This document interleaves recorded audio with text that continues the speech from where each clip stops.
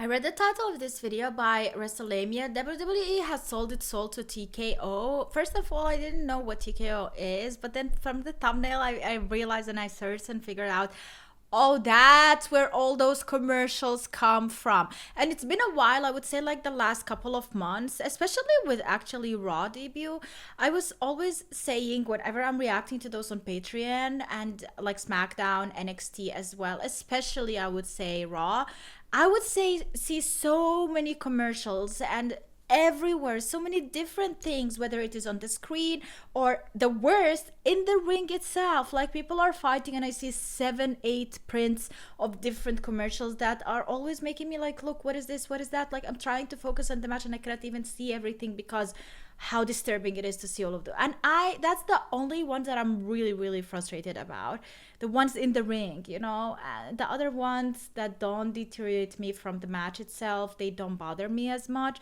But the amount of also commercials in between, like seeing Carmelo always going for that sneaker and stuff like that, like it became tedious. All right, and I understand they want the bag, they want the money, but a lot is a lot. Overdoing it at its best, like I don't like it. So let's see what the video is about and like what they think and what WrestleMania has to say about it. Coming out of WrestleMania 41, there was a lot of resentment directed towards WWE and TKO. While certain matches on the WrestleMania card received universal praise, something fell off with how WrestleMania was presented, and with the main night of Night 2 being met with widespread disdain from fans, it has led to a lot of fans questioning if the WWE and TKO relationship was a huge mistake. It's clear that WWE has sold its soul to TKO. Be sure to subscribe and hit that notification bell for daily wrestling videos and follow us on Facebook for exclusive And videos. let's not even Also check talk out our about new how videos on expensive it WrestleMania is XL. to buy a ticket The now initial and watch an buyout. event. When TKO officially purchased WWE in 2023, the product was already on an upward trajectory. Thanks to Triple H's masterful creative vision, wrestling was seen as cool again, so TKO were basically inheriting a product that was beloved by many. Yeah. If this occurred in 2018 or 2019, then the situation may have been drastically different, as TKO would have to deliver a ton of work behind the scenes to make the product great again. This was a time period in which WWE were alienating the general audience, and they were often presenting shows in front of half-empty arenas. This matters because TKO played it smart with buying WWE at the time they did, and all they literally had to do was allow Triple H and his staff to carry on doing their thing, and all they'd have to do was reap the financial rewards. The final fraud. Now, a lot of specific criticism has been directed. This actually reminds me when I started doing YouTube and there was an agency and like you would pay the agency a percentage of your money so they can have ads and stuff, and they would promise you so much more, and then you realize, fuck, like they are just stealing your money. And then I went with just Google AdSense and I got a higher percentage of my monetization and CPR. So definitely it reminds me of that. Like they promise you stuff, but at the end of the day, they're the one that are getting way more. Directed towards The Rock in recent weeks. The Rock, who sits on the board of directors, was involved in one of the most shocking angles in WWE history as he oversaw John Cena's heel turn. The Rock, despite being a major player in this angle, would just disappear from television, and it was basically erased from the angle completely. Fans expected The Rock to show up at WrestleMania 41, but this never occurred. Yeah, and the whole Rock backlash was so situation is substantial also that just days triggering. later, The Rock would appear on the Pat McAfee show to address why he wasn't on the That was show. bad But The Rock's decision. appearance was one of the most disastrous PR Yep. moves he could have possibly The done, worst as his PR appearance move. was called out for being disingenuous and full of false statements. One of The Rock's most insufferable comments was his comments relating to Elimination Chamber. The Rock would claim that he received a call from TKO CEO Ari Emanuel that WWE needed help shifting tickets for the Chamber event. I got a call about a month before Elimination Chamber. I got the call from Ari Emanuel. He said, "We need help at Elimination Chamber. Ticket sales are a little slow." But beyond that, what we are finding is with Elimination Chamber, it's becoming a pay-per-view that's become interesting. Fans have had fun, but it's also the conduit to WrestleMania. And how do we create Elimination Chamber that people must tune in to see? How do we create that? Right now, we don't have that. Will the final boss show up? Now, there is so much wrong with this statement. Firstly, why is Emmanuel contacting The Rock as opposed to Triple H? Triple H. Triple H is the one that Exactly. books the show, not The Rock. This was perhaps the first sign that there were issues between TKO and the game, and TKO is perhaps dissatisfied with his recent creative direction. The other key Oh my god, I just hope that Triple H is not so deep into it right now that he wants a way out but he cannot find a way out, because so many people are relying on him and he owes them, and then like it's not only your decision but deep down it should be, and I feel like he's the one who sold his soul to the devil, if you think about it. issue is why The Rock felt the need to take this information public. What benefit does The Rock saying this have? It was basically him deterring any blame from himself and shifting the blame over to the current WWE creative regime. It was a low blow, and it's done significant damage to how WWE fans see The Rock as well as Area Manuel. The Rock's comments are also a total spit in the face to talent who were already advertised for the show. The show, a month out, had 27,000 tickets sold, and for a non-Big 4 PLE with WWE's current pricing model, this was a fantastic achievement. Additionally, the jump when The Rock was confirmed for the show wasn't anything significant, so this wasn't the massive W that The Rock painted it out to be. The commercialization of wrestling. One of the main directives of the TKO group has been that virtually everything in WWE needs to have a brand associated with it. Whether it's the Prime deal or the map being filled with an array of sponsors at WrestleMania, is this too much? Everything on show seems to exist to plug a sponsor, and in turn the entire WWE product has been commercialized and is putting a lot of the audience off. TKO are focusing on these brand deals over the actual in-ring product, and while yes, right now the product is red hot, how long will this last? Yeah, like, I don't know how long it will last. If they keep even raising the tickets, like now the tickets prices are ridiculous. Even Randy Orton was surprised by it. There is a reel. Like, he cannot believe it. And like, there is one thing of us supporting our favorite wrestlers and buying products, but I feel like these are and they should be related and connected directly to WWE, like their merch, any type of merch that are related to our favorite wrestlers, because I feel like those are the ones that a percentage of it goes directly to the wrestlers and we can appreciate it. But when you know that if you buy whatever and like that is commercial, it's gonna go to TKO and not the wrestlers themselves. And if I know that the wrestlers are being compensated for these things, then I will be alright with it.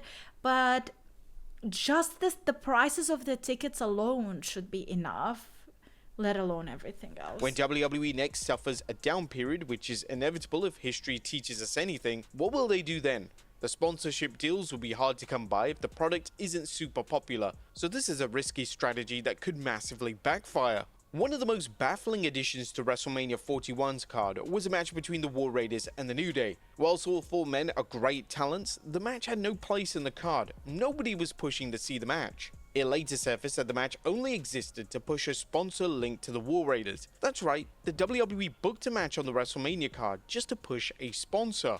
This rubbed the fans the wrong way, especially as a TLC match. Yeah, this match should have been at WrestleMania. I am so mad. Match that ended up being a certified classic was left off WrestleMania completely, and it was instead put on SmackDown.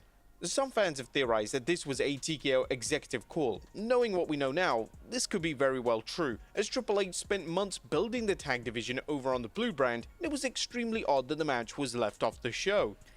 Okay, didn't you just mention that TKO would leave Triple H alone, do whatever, and just get the money?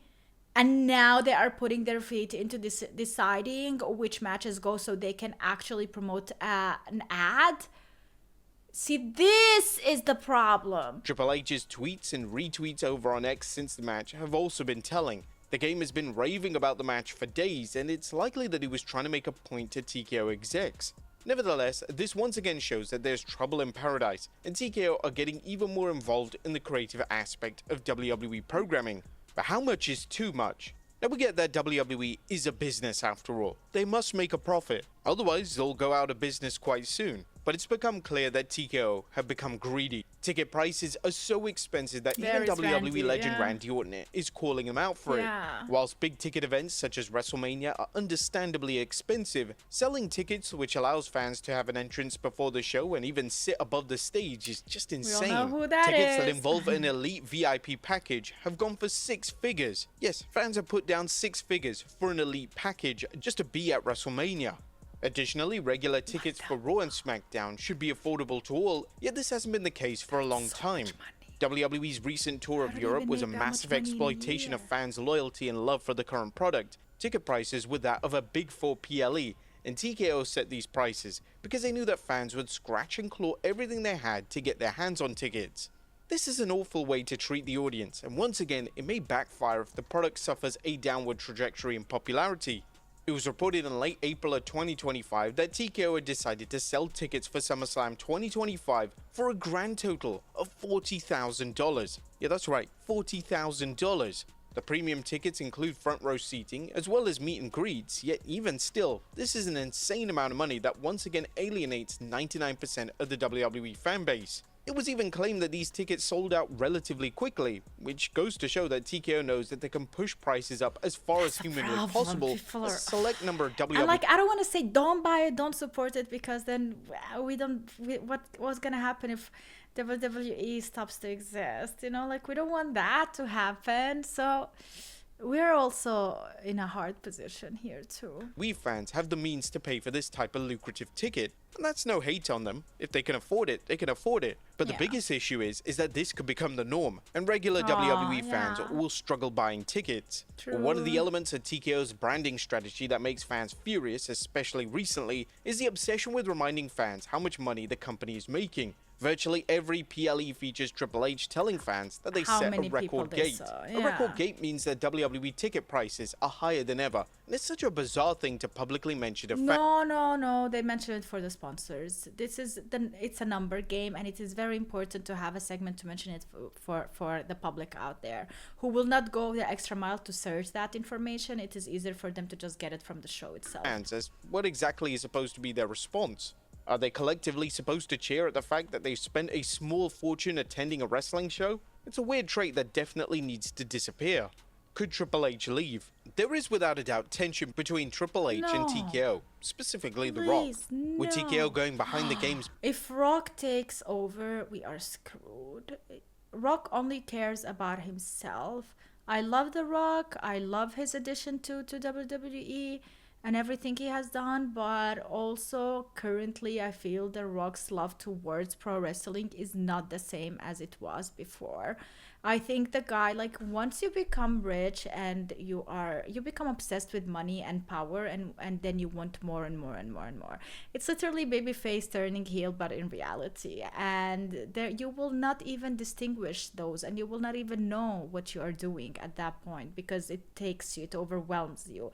And I feel like that's where we have The Rock right now. He wanna be involved, but only on certain positions, certain ways that benefits The Rock and no one else, and that's not something we can deal with. Triple H love towards pro wrestling is still very much seen and active and felt, and I don't want that to die. Back when it came to the Chamber PLE, and with The Rock basically distancing himself from the WrestleMania creative, this could eventually boil over. Or could Triple H genuinely leave WWE either by way of being fired or leaving via his own free will? Well, it is possible. At WrestleMania 40, after arguably one of the best reviewed shows of the past 2 decades, Triple H sat down at the press conference show and stated, "I'm loving what I do. That's the biggest thing for me." When TKO went down and Ari Emanuel talked to me about this, I said, "I just want to have fun. If it's fun, I stay. If it's not, we'll figure out something else. We're having fun. I want everyone to have fun." When the signature was playing, I picked up the headset and said, "Biggest thing we want to remember tonight, everybody have fun. Enjoy this. If this is fun, everybody loves it. If we have fun making it, you're going to enjoy watching it." That's what I believe. Now, this was an interesting comment, as it was basically Triple H saying that the moment that running WWE creative isn't fun for him, he's out the door. Triple H has definitely had a difficult time in 2025 so far, as during WrestleMania season, the game seemed completely over the somewhat negative reaction to the product, and a lot of his media interviews were spent attacking. Is it just me? I feel like the passion in his eyes is gone. He is so tired. He's sad. He looks sad. And I do understand, it's having the company on your back is as a CEO, it's so difficult. Not everyone is meant to do it. It is such a difficult job, and people are all about take, and then there is a point where you're done giving. And I'm so scared that's happening. The audience. Something has definitely changed within the WWE backstage, as the game could be potentially losing its love and passion for pro wrestling. This is partly TKO's fault. So where is the love? TKO has a lot of work to do to restore the fans' faith in them running WWE behind the scenes. A lot of their decisions are based solely on financial gain rather than a love and appreciation for the art form of professional wrestling. Whilst WWE and TKO are indeed businesses designed to make as much money as possible, history suggests that the two can coexist, and focusing on the pro wrestling medium and making it as best as it can possibly be will naturally lead to significant financial rewards. TKO evidently are under the impression that elements such as theme songs and the way the show looks, feels and sounds is not a huge deal, but it matters. If wrestling fans become aware that those booking the show are purposely doing a lackluster job just to save a few dollars, it will negatively impact the trust and relationship between the two sides. TKO needs to remember that the fan base matters, and alienating them in favor of profits could have disastrous results in the long term. What do you guys think? Let us know in the comments down below, and I'll see you next time with some more. I want to actually see what the comments are saying. WWE is doing what UFC did, pricing out hardcore fans and the casual fans too. They only want celebrities, IG famous people, or corporate ticket sales. It will no longer a sport for the regular man. Watching it on Netflix, you miss most entrances due to its ads. It's insane. Good thing I'm not watching it on Netflix. I'm in Germany, so I watch it through Build, and I do see the segments. All the segments, like there are ads, some segments with ads that I don't see, but I see the entrances, so I guess I see a lot of segments that you don't. I have to agree with this. Ticket prices are ridiculous, but what really has annoyed me lately is the insane amount of ads when trying to watch a WWE clip. If I open the clip, ad. If I skip to a different part of the clip, ad. When an ad plays, there is an ad right after. It's gotta be ridiculously lately, just unchecked greed. True. Watching WrestleMania 41 was like browsing the internet with no pop-up blocker. Shit. Yeah, people are mad. Nobody likes that. Yeah, let me know what you think.